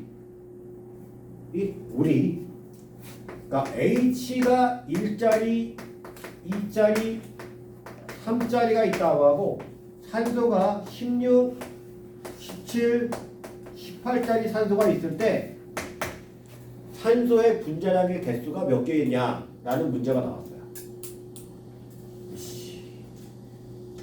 어렵다, 그치? 안 어려워요. 자, 일단 산소가 16짜리를 쓰고 H1짜리와 1짜리가 쓸 수 있겠죠. 그죠? 자, 그 다음에 16짜리에 H1짜리와 H2짜리, 16짜리에 숫자만 쓸게요. 1, 3짜리, 16짜리에 2, 1, 16짜리에 2, 2, 16짜리에 3, 2, 3, 그 다음에 16짜리에 3, 1, 16짜리에 3, 2, 16짜리에 3, 3이 되겠죠. 그럼 얘가 18이고요. 얘가 19고요. 얘가 20이고요. 얘가 21이고요. 얘가 22예요. 그죠? 그러니까 한마디로 해서 18, 20, 20, 18, 여기가 19, 20, 20, 20, 21, 21, 22 이렇게 됩니다. 자, 이걸 산소만 17로 바꾸면 돼요. 산소만 17로 바꾸면 얘가 19, 20, 20, 21, 21, 21, 21, 22, 22, 23 나오겠죠. 요거 산수를 또 18로 바꾸면 되니까 20, 21, 22, 20, 21, 20 21, 22, 23 그 다음에 22, 23, 24 그러니까 18, 19, 20, 21, 22, 23 23, 24 7가지가 나옵니다. 산수예요. 조합이죠, 조합. 산수 조합. 그러면 물 분자의 종류는 몇 가지가 나올까요? 얘 하나요? 요건 똑같죠? 뒤집은 거니까. 얘하고 얘는 똑같습니다. 얘 다르죠? 얘하고 얘는 똑같고요. 얘 다르죠? 그러니까 한 종류, 두 종류, 세 종류, 네 종류, 다섯, 여섯 종류죠. 그러니까 18가지가 나와요. 이거 17, 18로 나오면 바꾸는 겁니다. 그러니까 물 분자가 이렇게 원자량이 주어질 때 물 분자의 종류는 18가지, 물 분자량은 몇 가지? 7가지. 여태까지 나온 조합 문제 중에서 가장 어려웠던 문제. 이게 2018년도인가 16년도인가 수능시험에 나왔던 거예요. 짜증나죠? 이건 껌이에요. 쉬운 문제. 이런 거 나오면 좋아야죠. 왜? 아는 거잖아. 아는 거 나오면 좋아야지. 시험에 모르는 거 나오면 싫죠. 그죠? 시험은요, 딱 두 종류입니다. 내가 아는 거냐, 모르는 거냐. 그죠? 그러니까 여러분들이 시험 볼 때 되게 긴장하면서 보잖아요. 시험 점수 못 맞으면 어떡하지? 여러분들의 확신이 없어서 그런 거예요. 이렇게 생각하시면 돼요. 내가 풀 수 있으면 남들은 못 푸는 거고, 내가 못 푸는 거면 남들도 못 풀어요. 그럼 돼요. 그러면 내가 1등이잖아요. 그죠? 사실은 안 그렇지만 일단 풀 때는 그렇게 생각하고 푸셔야 돼요. 그래야 자신감을 갖고 풀 수 있을 거 아니야. 시험 자신 없게 풀면요, 원래 알던 것도 의심스러워지죠. 그게 계속 고치게 되고 그러다 틀리죠. 안 좋아요. 그냥 나는 풀 수 있어. 이 정도 못 풀면 내가 아니야. 근데 못 풀잖아요? 그럼 다른 애들 못 풀어. 이렇게 생각하시면 돼요. 자신감 가지고 하세요. 자신감. 응? 그 요즘에 짤로 노는 것 중에 차두리가 감독하면서 한 얘기가 되게 멋있더라고요. 실수했을 때 즐기면서 해, 뭐 이런 게 있잖아요. 짤 안 돌아요? 내가 너네한테 말하는 거 재밌게 해, 이거 나오잖아요. 맞아요. 지금은 다 몰라도 돼요. 그냥 이런 게 있구나, 재밌구나, 아이씨 이런 게 있네, 아이씨 이렇게 보시면 되는 거지. 이걸 다 이거 풀어야 돼, 못 풀면 죽어, 이거 아니거든요. 자, 그렇고요. 자, 그 다음에 4번 동위원소와 구성입자. 이런 게 짜증나는 문제예요. 왜요? 이게 아이씨 여기서 보시면요, 자 CL35 기체와 CL37 기체 혼합 기체가 들어있고요, 1몰이 들어있대요. 반면에 두 번째 건 CL35와 37이 엮여되는 CL2가 1몰이 들어있대요. 근데 CL35의 원자량은 가에서가 나에서 2분의 3배래요. 아이씨. 자, 여기 봅시다. 이 안에 CL2 35짜리로 된 CL2와 CL2 37짜리로 CL2 된 게 합쳐서 1몰이 들어있고요. 그 옆에 거는 CL35짜리와 CL37짜리가 1몰이 들어있습니다. 그럼 여기서 CL35의 원자가 얼마예요? 얘가 1몰 있는 거죠? 그리고 얘가 CL37짜리가 얘가 1몰 있는 거예요. 그죠? 그런데 얘가 1몰 있는데, 자 거기 보시면 가에서가 나에서의 2분의 3배래요. 그러니까 얘가 여기에 있는 CL35 원자수가 얘 1몰에 2분의 3몰이니까 얘가 2분의 3몰이 있다는 얘기예요. 그쵸? 그쵸? 2분의 3몰이 있다는 얘기니까 결국 얘가 얼마요? 4분의 3몰 있는 거고 얘가 4분의 1몰이 있다는 얘기죠. 그죠? 그래야지 얘가 2분의 3몰, 얘가 2분의 1몰 해가지고 전체 원자의 개수는 2몰 똑같잖아요. 그죠? 전체 몰수가 1몰이니까. 그죠? 그죠? 이게 무엇이? 귀는 짬뽕이에요. 자, 가에서 CL35와 CL37의 몰수는 4분의 3몰과 4분의 1몰이 되고요. 가나 기체 질량비. 산수하셔야 돼요. 얘 어떻게 해요? 얘는 두 개 더해서 반으로 나누면 되죠? 똑같이 1몰 1몰 있으니까. 그러니까 얼마예요? 72. 그죠? 72인데 얘는요.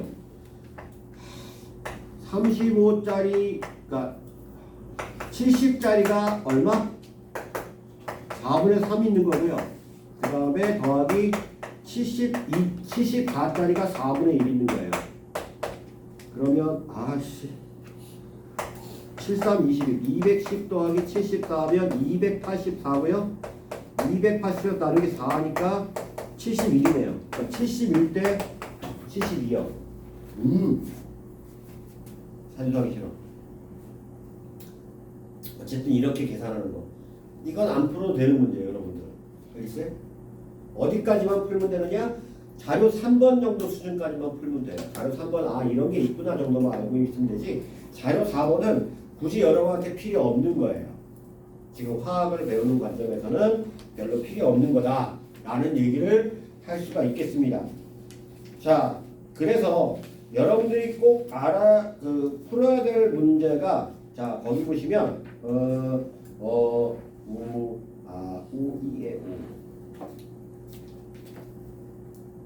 우이에 5. 자, 78페이지요. 18번 삭제. 몇 번이요? 18번 삭제, 19번 삭제하세요. 18, 19? 네, 18번, 19번 삭제하시고요. 그 앞에 1번부터 그 뒤에는 쭉 다 풀고요. 자, 거기 선생님이 여러분들이 풀기 싫어할 만한 문제 2문제를 풀어드리고 끝내겠습니다. 시간이 몇 분이야? 15분 남았네. 2문제 풀면 안 되겠는데? 더 풀어야겠는데? 자, 우선 8번 문제야.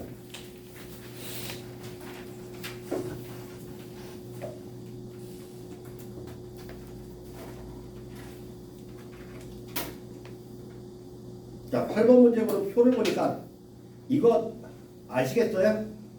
아까 표로 내 선생님이 적어준 건 이 숫자가 아니라 뭐요? 자, 원자핵이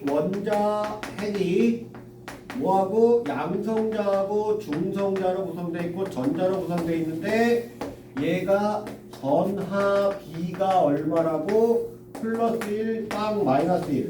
그리고 질량 B가 얼마라고? 얘가 1837분의 1. 그죠? 이렇게 구했죠? 이건 그거를 숫자로 표현한 거예요. 원래 써있는 숫자예요. 원래 써있는 숫자. 실제 질량이 얼마다 하고 써있는 숫자예요. 알겠어요? 그러니까 여러분들 요것만 기억하시면 돼요. 자, 이것도 숫자 1830도 기억하지 마시고 그냥 작다. 알겠어요? 1에 비해서 무척 작다.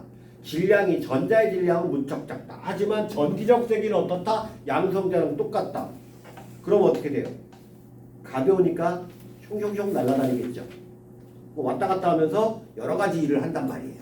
그게 화학 반응이라고요. 그러니까 앞으로 화학 반응은 전자노름이에요. 전자노름. 전자가 움직이면서 슝 가서 부닥쳐가지고 아는 사람은 아는 18쪽 같이 되는.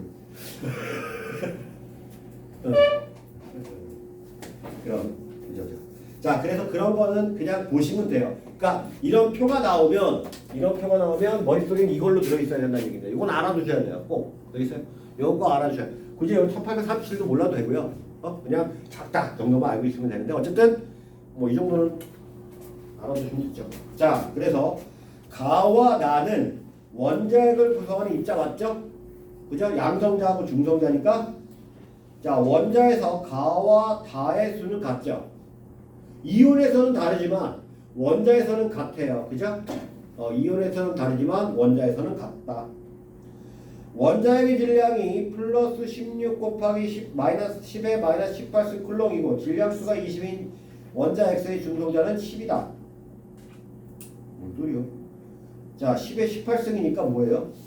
자, 전자 한 개의 전하량이 원자핵 한 개 전하량, 양성자 한 개가 플러스 마이너스 19승이니까 10개 있는 거네, 그지?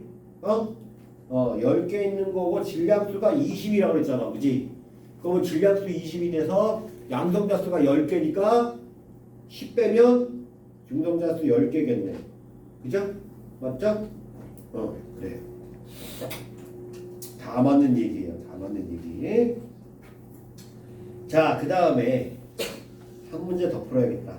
시간이 남으니까. 자, 11번 문제하고요. 11번 문제하고 17번 문제를 풀어드릴 거예요. 나머지는 여러분들 하시면 되고요. 자, 11번 문제 보시면요. 질량수가 11인데 자, x가 10이란 질량수를 갖고 y는 14란 질량수를 갖고 z도 14란 질량수를 갖는데요. 자, 근데 전자수분의 중성자수. 자, 전자수분의 중성자수, 전자수는 양성자수와 같죠? 원자니까. 그죠? 그러니까 얘는 6분의 6이라는 얘기예요. 이 질량수가 양성자수 더하기 중성자수잖아요. 그죠? 양성자수 플러스 중성자수가 10인데 양성자수분의 중성자 개수는 당연히 6분의 6이 돼야 합쳐서 12가 되고 그렇잖아요. 그죠? 그리고 여기가 얼마예요? 3분의 4라고 했으니까 14가 되려면 6분의 8이 되네요. 그죠? 6분의 8이 됩니다. 그 다음에 얘는 7분의 7이 돼야 되겠죠. 그쵸? 이해했나요? 무슨 말인지? 거기 나온 숫자가 1이라는 숫자를 이렇게 표현하고 3분의 4라는 숫자를 이렇게 표현하고 1이라는 숫자를 이렇게 표현하는 이유는 이 숫자가 나올 수 있게끔 위아래를 더하면 되는 거라는 거예요. 그죠? 어려운 문제 아니죠? 자, 그러면 얘가 원자 번호가 6번, 얘도 6번, 얘가 7번이네요. 그죠? 얘가 7번이죠. 아, 드디어 나왔다. 이거 뭐야? 탄소 14요.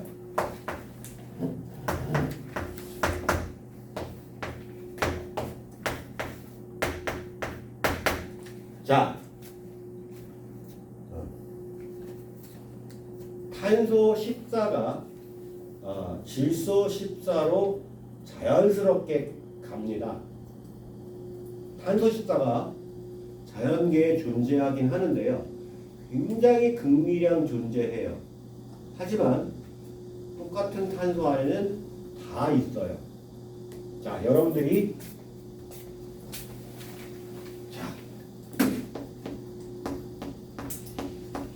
미라를 발견했어요.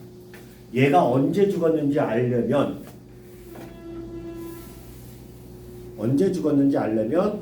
가장 많이 쓰는 방법이 바로 얘를 확인하는 겁니다. 어떻게? 자, 공기 중이나 또는 살아있는 생명체 안에는요 항상 같은 비율의 C14가 존재해요. 왜? 우리가 밥도 먹고요, 숨도 쉬고요, 그러면서 이산화탄소 내보내고 포도당을 흡수하고 이러면서 거기에 탄소가 들어있는데 그 탄소의 비율이 14의 비율이 항상 일정만큼 있단 말이에요. 그러니까 살아있는 생명체는요 공기 중에 있는 탄소 14의 비율과 똑같은 비율로 존재합니다. 그런데 꼴까닥하고 죽었어요. 그럼 숨 쉬어요? 안 쉬죠? 밥 먹어요? 안 먹죠.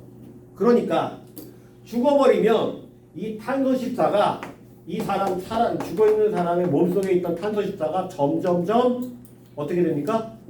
줄어들게 됩니다. 어떻게? 얘가 질소 14로 바뀌어가면서 줄어들게 돼요.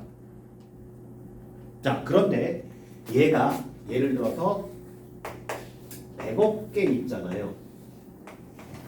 엄청 많다고 생각하죠? 원자수는 100억 개는 있는 것도 아니에요. 원자에서 100억 개는 있는 것도 아니에요. 근데 얘가 50억 개로 줄어드는 내 걸린 시간이 얼마냐 하면 5720년이에요. 이걸 뭐라고 해요? 반감기라고 얘기해요. 자, 어떤 방사성 원소가 다른 원소를 이렇게 바뀌는 과정, 방사성 붕괴를 하면서 바뀌는 과정은 반감기가 항상 일정합니다. 그래서 뭐 예를 들어서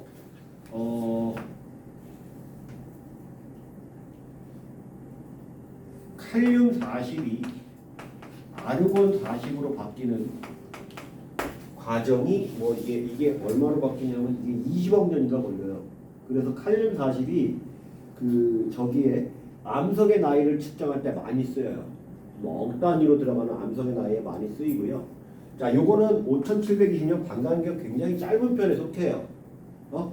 그래서 특히 탄소 14가 이제 생명체들에 있는 거고, 도자기도 이게 가능해요. 도자기도. 왜 도자기가 가능하냐면 도자기를 구울 때 나무를 태우잖아요. 그 나무가 살아있던 거잖아. 그럼 그 안에 끓음이 태우면서 끓음이 나오잖아. 그 끓음이 붙어있던 게 거기에 탄소 14가 일정한 비율로 들어가 있게 돼. 그럼 거기 붙어있으면 더 이상 끓음이 안 올라오잖아. 그럼 도자기를 이렇게 냅두면 그 안에 있던 탄소 14가 질소 14로 가서 얘가 얼마만큼 지나는지 알 수 있게 된단 말이야. 그래서 도자기의 연도나 아니면 생명체 연도를 딸 때 이 탄소 14가 질소 14로 가는 거를 활용을 한단 말이야. 그래서 지금 어느 정도까지 알 수 있냐면 일주일 단위까지, 이 사람이 언제 죽었다 일주일 단위까지 알 수 있대요. 진짜로. 연구 기술이 발달해서. 그래서 이게 탄소 방사성 원소 방사성 이온 동위원소법, 탄소 방사성 원소 동위원소법이죠. 딱 이렇게 되는데, 어쨌든 이거 탄소 14가 질소 14로 간다. 이 과정을 베타 분계라고 해요. 베타 분계.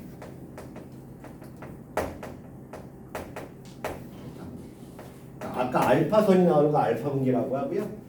감마 분계도 있어요. 감마 분계. 알파, 베타, 감마 분계가 있어요. 그러면 알파 분계가 나오면 알파선이 나오는 거고, 베타 분계하면 베타선이 나오는 거고, 감마 분계하면 감마선이 나와요. 근데 나도 핵화학적으로 잘 몰라서 어쨌든 베타 분계를 하면 질소 14가 탄소 14가 돼요. 그러니까 한마디로 뭐가 중성자가 양성자로 가는 거죠. 중성자가 양성자로 가는 과정이 베타 분계. 전자를 하나 내놓고 그렇게 되는 과정이 돼요. 자, 그러면 X와 Z는 동위원소다. 아니죠? X와 Y가 동위원소죠? 양성자 수가 똑같은 집계니까. 중성자 수는 Z보다 Y가 크다. Z가 Y보다 크니? Y가 더 크네. 그죠? 이럴 게니까. 자, 원자번호가 가장 큰 건 Z다. 그쵸? 얘가 Z가 제일 큽니다. 그죠? 이거 기근만 맞는 얘기고요. 자, 마지막 17번. 요거 끝낼게요. 자, 표는 자연계에 존재하는 동위원소 X의 원자의 동위원소 두 가지만 존재한다. 원자량이 산수 싫은데. 이런 산수를 정말 싫어해요. 자, 지금 원자량이 B인 것이 있고요. 자, B에다가 X를 곱하고요. 아니다, 이게 더 편하겠다. 자, B 플러스 2라는 것이 에다가 곱하기 X를 곱하고요. 그 다음에 1 마이너스 X가 되겠죠. 동위원소가 두 개밖에 없으니까, 그죠? 그러니까 동위원수가 두 개를 봤을 때 얘가 x% 있으면 얘는 1-x%, 100-x% 이제 도수적으로 계산한 거예요. 그죠? 요만큼 있으면 얘의 평균 원자량을 구하는 거니까 얘가 b 더하기 0.4가 됐다는 얘기죠. b 더하기 0.4가 됐다는 얘기죠. 그죠? 이렇게 계산하면 됩니다. 자, 그러면 얘가 b 더 마이너스 bx 더하기 bx 더하기 2x잖아요. bx가 사라지네요. b 마이너스 플러스 2x가 얼마요? b 플러스 0.4니까 얘가 얼마요? 0.2네요. 그러니까 얘가 0.2%, 그러니까 20% 존재하고 얘가 80% 존재하면 이렇게 되겠네요. 그죠? 이해했나요? 그쵸? 그러면 자, 여기 보시면 문제가 요게 이제 동위원소의 비율을 먼저 구하는 게 먼저예요. 그죠? 자, 근데 물어본 건 뭐예요? 중성자의 몰수를 물어봤어요. 아이, 짜증나. 이런 게 자, 이거 구했으면 됐지 뭘. 자, 그러니까 얘가 지금 얘가 80%, 그러니까 5분의 4만큼이고요. 얘가 5분의 4. B가 지금 5분의 4만큼 있는 거고 B 플러스 2가 5분의 1만큼 있는 거예요. 그죠? 자, 그런데 그 질량수가 B고 질량수가 이거잖아. 그럼 중성자수는 어떻게 구해? 질량수에서 원자 번호를 빼야 되죠. 그죠? 질량수에서 원자 번호를 빼야 되잖아요. 원자 번호가 A잖아. 그지? 그러니까 얘가 중성자수. 요런 중성자를 갖고 있는 게 5분의 4를 차지하고요. 여기서 B 플러스 2에서 A를 뺀 만큼이 5분의 1 존재한다. 요거 계산하는 거예요. 더해주면 돼요.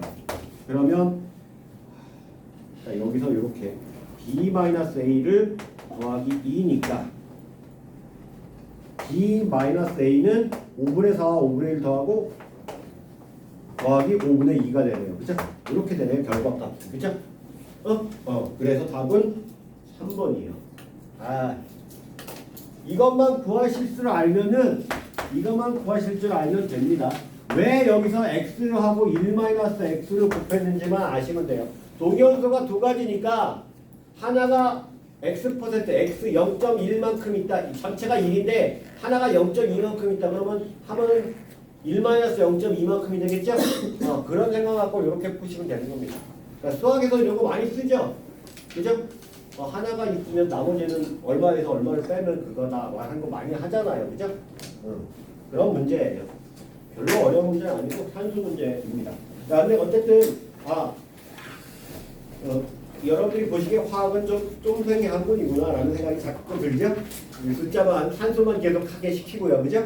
근데 어쨌든 중요한 건 자, 오늘 배웠던 가장 핵심은 아까 표로 보였던 자, 양성자수와 중성자수, 양성자와 중성자 그리고 전자가 1 플러스 1 빵 마이너스 1 1 1830분의 요 표하고요. 요 표하고 그 다음에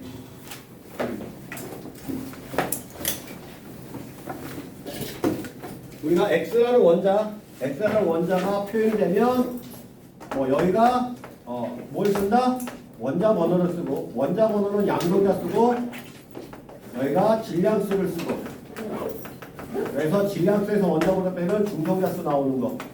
이 정도는 알고 있어야 된다. 기본은 알고 있어야 된다. 오케이? 그 정도만 할 수 있으면 돼요. 근데 이게 이온인지 주어진 양성자수, 중성자수, 전자수를 주고 이게 이온인지 원자인지 동이온소인지 이런 거 구분하는 거 할 줄 알면 된다는 얘기예요. 알겠죠? 오케이? 끝! 수고하셨습니다.